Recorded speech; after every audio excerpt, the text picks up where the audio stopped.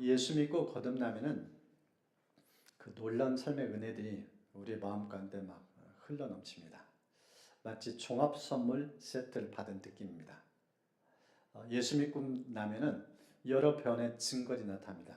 그 중에 첫 번째가 신분의 변화가 생깁니다. 전에는 주의 종이었어요.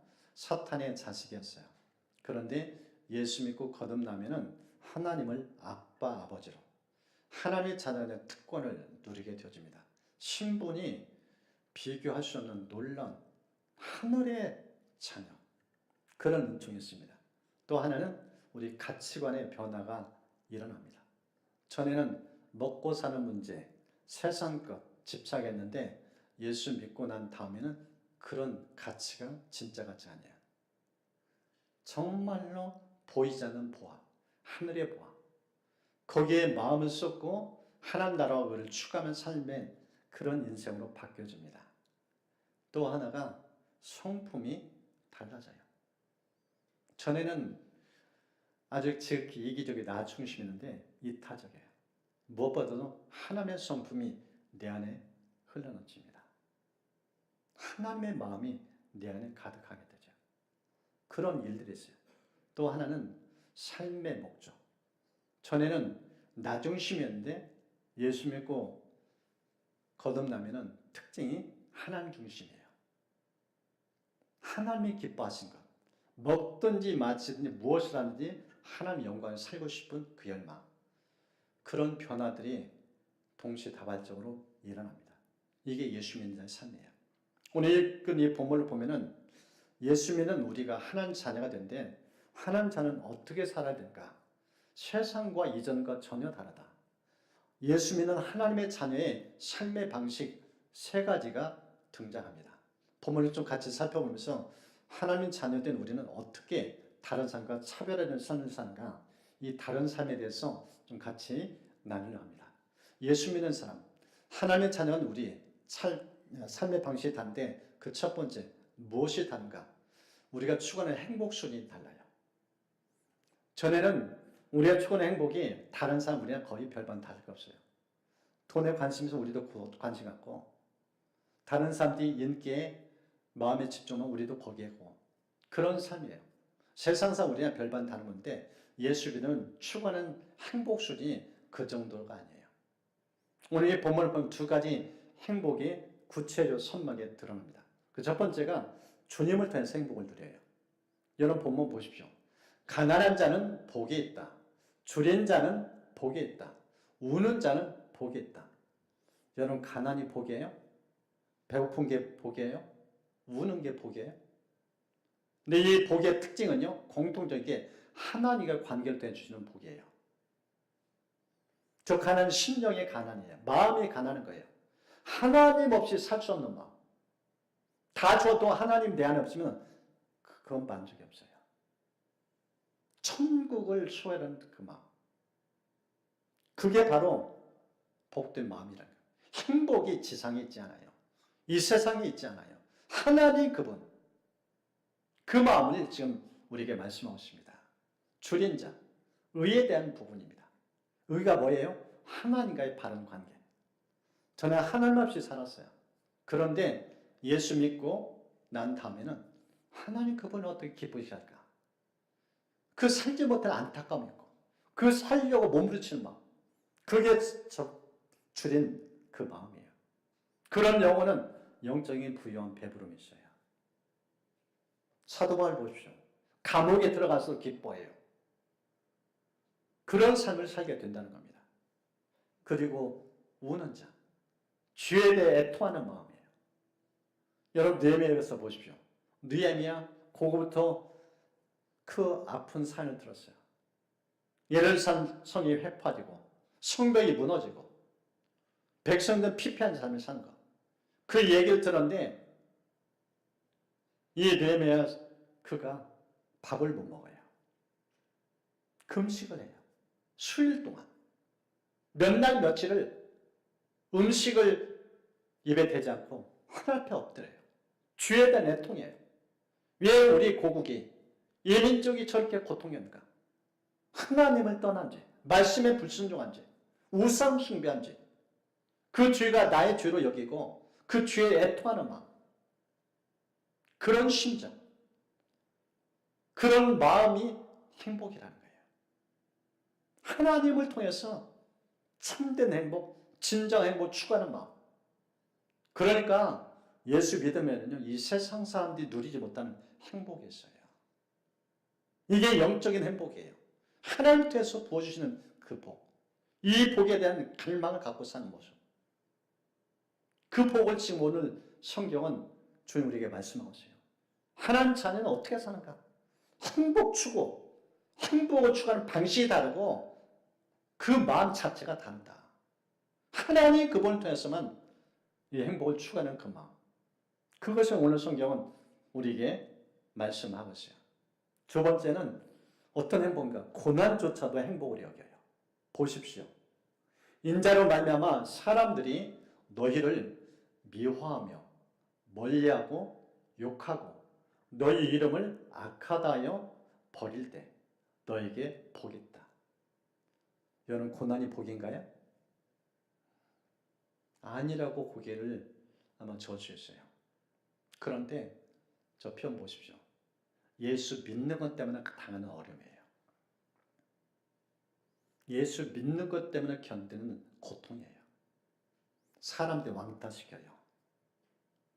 예수 믿는다는 것 때문에. 빛과 어둠처럼 세상 사는 빛의 소가지 안에서 어둠이 있기 때문에 빛을 싫어해요. 미워해요. 함께하는 것을 싫어해요. 왕따시켜요. 같은 공동체에서 함께 마음을 열지 못하게 만들어요. 왕따, 은따시키는 거예요. 그 거절의 고통들, 그 아픔들. 근데 그게 복이 있다고 말씀하셔요. 그게 진짜 예수 잘 믿겠다는 증거라는 거예요. 세상 가면서 세상 사람 동화되는 것이 아니라 그들과 다른데 그 다른 그것 때문에 견디는 아픔들. 그것이 행복이라고 표현하고 있어요. 그러니까 예수 믿는 행복은요, 세상 사람들이 몰라요. 고난조차도 복을 여기는 이 마음. 그들이 어떻게 느끼겠어요? 어떻게 그걸 알겠어요? 지금 그런 복을 오늘 성경에게 말씀을 하고 있습니다. 그러면서 우리가 보기에는 좀 의아시 여기는 그런 표현이었습니다. 이 복의 정반대인 저주라는 단어를 써요. 화가 있다는 단어를 써요. 어떤 게 화가 있는가 보십시오. 24절부터 26절. 부유한 자, 배부른 자, 웃는 자, 사람들이 칭찬하는 자.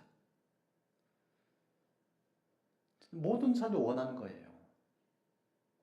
부유, 배부름, 웃음, 만일 칭찬. 얼마나 좋은 모습이에요. 그런데 예수님은 저게 화래요. 여러분 이해가 되셔요? 왜 저게 화가 될까요? 저 말씀을 이해하려면 시편 73편을 좀 이해해야 됩니다. 이 시편 73편을 쓴 이 시인이, 이 저자가 자기는 하나님 믿는 것 때문에 힘들어요. 어려운 일이 많아요. 집안에 우환이 있고 근심 걱정이 많아요. 그런데 옆집은 예수 안 믿어요. 하나님 몰라요. 그런데 이 집에는 웃음이 끊이지가 않아요. 남편이 돈을 잘 벌어와요. 사업이 점점 잘 돼요. 형통해요. 죽을 때까지 고통 한번 안 겪어요. 얼굴에 윤기가 나요. 그런데 우리 하나님 믿는 가정은 너무 힘들어요. 날마다 하나님 찾아서 울고 불고 그래요. 하나님 의지하면 견딜 수 없는 마음. 그런데 옆집은 하나님 없이도 너무 잘 살아요. 저 표현처럼. 근데 왜 저것을 화라고 표현할까? 하나님 없는 것 자체가 화라는 거예요. 여러분 보십시오. 만사 형통한테 하나님 찾나요? 만사 형통에 하나님 찾나요? 오늘날 유럽 보십시오. 미국 보십시오. 선진국들 잘 살면서 하나님 떠났어요. 우리가 언제 하나님 찾는가? 다른 나라 예를 들기보다 우리 이민족, 지금 한국교회 위기라는 단어를 써요. 왜 위기인가요? 점점 더 하나는 떠나요. 다음 세상은 관심 없어요. 고난의 시절 때 한국이 밤새들 울부짖었어요. 제가 시골교회에서 청년기를 보낼 때 교회 가보면 교회 마루바닥에 눈물 반짝여요. 눈물 자국이 흥건했어요. 근데 지금은 우는 분위기가 없어요. 애통하는 사람들 찾기가 드물어요. 먹고 살만해요. 우리 예수님께서 왜 이것을 허락했는가? 하나님 안 찾는다는 거예요. 웃고 즐기고 배부른데 간절함이 없어요. 그게 자체가 화라는 거예요. 하나님을 점점 멀리하게 되고 소원하는 것, 그건 복이 아니라는 거예요. 세상 눈에 볼 때는 그게 복받은 것처럼 느껴져요. 근데 주님의 시각 속에는 위험하다는 거예요. 하나님과 멀어지고 있다는 증거라는 거예요. 그래서 우리가 이 성경이 말하는 복이 무엇인지 제대로 눈이 열려야 돼요. 하나님 자녀, 어떻게 살아야 하는가? 행복 추구하는 수준이 다르다는 거예요. 남들이 알지 못하는 하나님과의 관계를 주시는 이 복을 누리는 것, 심지어 고난조차 복을 누리는 것. 이 시편 기자가 마침내 저 고백을 합니다. 하나님께 가까움이 내게 복이다. 복이 눈이 열렸어요. 우리 가정은 고난 때문에 하나님만 붙잡고 사는 거예요. 알고 보니까 그게 최고의 복인 거예요. 그게 가장 좋은 복인 거예요. 하나님께 주시는 부처의 복이나 하나님 그분 자체를 붙잡고 그분에 사는 것. 이게 진짜 행복이라는 거예요. 지금 이 본문은 그 메시지를 들려줍니다. 하나님 자녀는 어디에 행복을 추구하며 사는가? 하나님 그분. 그분과 관계 통해서 보시는 이 행복. 이게 진짜 하나님 자녀의 모습이다. 그것을 오늘 본문은 우리에게 말씀을 하고 있습니다. 두 번째, 우리 하나님 자녀 무엇이 다른가? 어떤 점이 다른가? 사람 대하는 대인관계. 사람 어떻게 대하는가? 예수 믿으면 사람 관계가 달라다는 거예요. 두 가지들을 오늘 본문은 강조합니다. 첫 번째, 사람들이 일반적으로 추구하는 성격과는 전혀 다른 반대 정신으로 살아요. 보십시오. 원수를 사랑하고 미워한 자를 선대하고 저주한 자를 축복하고 모욕하는 자를 기도합니다. 그럼 이해가 되셔요? 살 수 없는 모습이에요. 남들이 이해할 수 없는 모습이에요. 어떻게 원수를 품고 사랑을 해요? 나를 적대시하고 미워하는데 어떻게 그를 선하게 대해줘요? 어떻게 그를 잘 대해줘요? 정말 이해할 수 있는 모습이에요. 근데 이 본문을 계속 읽어나 보면은 왜 예수님께서 저것들 가지고 설명인지 이해가 되어져요. 하나님의 마음이 저쪽에 담겨져 있어요. 세상과 다르게 살라는 거예요. 세상과 차별화되게 살라는 거예요. 마음의 그릇이 달라요. 인격의 수준이 달라요. 그 모습을 우리에게 도전하고 있습니다. 예수 믿는 것 차별화된 삶. 어떤 차별인가? 행복 추구가 다르고 사람을 대하는 태도가 달라요. 우리의 상식 속에서는 어떻게 해요? 원수, 나도 상대방 원수로 여겨요. 나를 미워한다? 나도 적대시해요. 좋게 대할 수가 없어요. 그를 품고 축복한다? 이해할 수 없어요. 그렇게 살라는 거예요. 그 정도가 아닙니다. 보십시오. 29절과 30절. 뺨을 치는데 다른 뺨도 돌려대래요. 겉을 빼앗는데 송곳까지 주래요. 계산하지 말고 다 주라는 거예요. 이게 하나님의 마음이에요. 이게 지금 자녀된 삶이 무엇인지를 보여주는 모습이에요. 정말 이해할 수 있는 모습이에요. 그러면서 31절에 이렇게 강조합니다. 남에게 대접을 받고자 하는 대로 너희도 남을 대접하라. 왜 예수님께서 이렇게 반대 정신을 살도록 도전하신가? 사람의 속내, 사람의 마음은 받고 싶고 좋은 것 원한다. 그 마음을 알고 그 수준으로 대응하라. 그렇게 대해줘라. 그 말씀이에요. 그러면서 이렇게 하나님의 마음을 보여줍니다. 마태복음 7장 11절 너희가 악한 자라도 좋은 것으로 자식에게 줄 알거든 하물며 하늘에 계신 너희 아버지께서 구하는 자에게 좋은 것으로 주시지 않겠느냐. 조금 전에 우리 같이 살폈던 31절은 이 마태복음 7장에도 동일하게 나와요. 남을 대접을 받고자 하는 남을 대접하라고. 그런데 그 사이에 그 앞달에 뭐하는가? 기도에 대한 얘기가 나옵니다. 기도는 하나님께 우리가 구하는 거잖아요. 그래서 구하고 찾고 두들 것을 주님이 강조해 주셔요. 그러면서 하나님은 어떤 분인지 육신의 부모와 하나님과의 대조시켜서 말씀합니다. 육신의 부모도 자식에게만큼은 악한 자라도 좋은 것 준다. 하나님은 어떤 분가? 구하는 자에게 좋은 것 주신다. 좋은 것 주신 하나님. 왜 지금 원수를 사랑하고 미워하는 자를 선하게 대하고 상대방을 축복하란가? 하나님은 좋은 것 주시는 분. 네가 누구냐? 하나님 자녀 아닌가? 하나님 자녀는 어떻게 사는가? 아버지든 하나님의 마음 품고 사는 것. 하나님 어떤 분? 좋은 분. 그렇다면 상대방이 나에게 좋지 않게 대해도 나는 좋게 대하는 것. 이게 자녀다운 모습이다. 그 말씀이에요.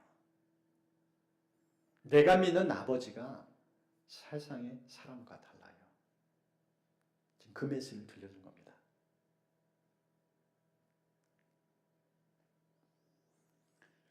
이 대인과의 두 번째 모습은 상식 이상의 모습을 또 우리에게 도전합니다. 보십시오. 너희가 만일 너희를 사랑하는 자만 사랑하면 선대하는 자만 선대하면 받기를 바라고 구워주면 무슨 뜻이에요? 세상은 저렇게 산다는 거예요. 세상 분의 특징이 뭐예요? give and take. 주고받아요. 품앗이 하는 거예요. 손익계산으로 관계를 맺어요. 철저한 이기적이에요. 그런데 예수님은 그 순위에 머물리지 말라는 거예요. 상식을 뛰어넘으라는 거예요. 상식을 초월해 살라는 거예요. 평범 그 이상의 세계예요. 난리가 똑같으면은 그건 진짜 하나님 자녀 아니라는 거예요. 하나님 자녀는 그 수는 뛰어넘는다는 거예요. 상식으로 살지 않고 상식을 넘어서 세상 사람 볼 때 놀라운 삶의 방식. 그 수준까지 이를 것을 우리에게 도전합니다. 얼마나 높은 수준의 삶을 요구하는지. 하나님이 그런 분이라는 거예요. 그런 메시지를 오늘 본문은 들려주고 있습니다. 이 열왕기하 6장을 보면은 엘리사 선지자가 저렇게 살았어요. 아람 군대가 이스라엘 침공하게 여러 번 작전 계획을 세우고 이제 공격하려고 해요. 그때마다 이 작전이 효율하는데 이 기밀이 군사 기밀이 흘러나가요. 그래서 이 계획이 숲으로 들어가요. 군대 동원해서 딱 하는데 벌써 방어하고 있어요. 한두 번이 아니에요. 그래서 왕이 화가 나요. 아람 왕이. 우리 안에 이 간첩이 있다. 스파이가 있다. 누군지 이실직고해라. 그때 이 군 지휘관 건데 한 사람이 얘기하는 거예요. 사실 그게 아니라고. 이스라엘에는 신통한 사람이 있다고. 그는 우리가 하는 모든 이 밀실 효율을 다 보고 있다고. 다 듣고 있다고. 고도의 감청 능력. 엘리사 선지자. 그는 우리가 이곳에 하는 모든 전략교를 다 보고 듣고 있다고. 그런 사람이라고. 그랬더니 왕이, 이 아람 왕이 군대를 파견해서 첩보부대를, 특수부대를 보내가지고 잡아오라고 해요. 엄청난 군사를 동원해서 포위망 도단에 있는 엘리 선지 붙잡으러 가요. 이 게하시가 보니까 어마어마한 적군이 포위하고 엘리 선지 붙잡으러 온 거 보고 놀라요. 기겁해요. 두려워 떨어요. 그때 엘리사 선지자가 눈을 열어서 하나님이 어떻게 자기를 보았는지 보여줘요. 불병거로 철통방을 한 거예요. 그러면서 자기를 붙잡으러 왔던 이 적군들 눈을 감게 만들어요. 그리고 그들 데리고 사마리아로 가요. 그 모습을 이스라엘 왕이 보면서 어떻게 할지 물어봐요. 칼로 죽여야 될지. 엘리사를 죽이려고 왔으니까, 생포하려고 왔으니까. 그런 가운데서 엘리사 선지자가 그렇게 하지 말라고. 하나님 방식으로 대할 것을 맞습니다. 이런 얘기를 합니다. 떡과 물을 그들 앞에 두어 먹고 마시게 하고 그들의 주인에게로 돌려 보내소서. 여러분, 지금 엘리 선지자 죽이려고 온 거예요. 그런데 정작 본인은 엘리사가 입에서 한 말이 저거예요. 떡과 물을 공급하고 손대지 말고 잘 대접해서 보내줘라. 이해할 수 있어요? 정당 방위에 죽이는 게 그것도 적군이에요. 원수예요. 그들을 선대해요. 아무 해도 입지 않고 돌려보내요. 그 결과 어떤 일이 있습니까? 성경은 이렇게 기록합니다. 이로부터 아람 군사의 부대가 다시는 이스라엘 땅에 들어오지 못하니라. 죽을 줄 알았어요. 곡으로 못 돌아갈 줄 알았어요. 그런데 멀쩡하게 돌아가요.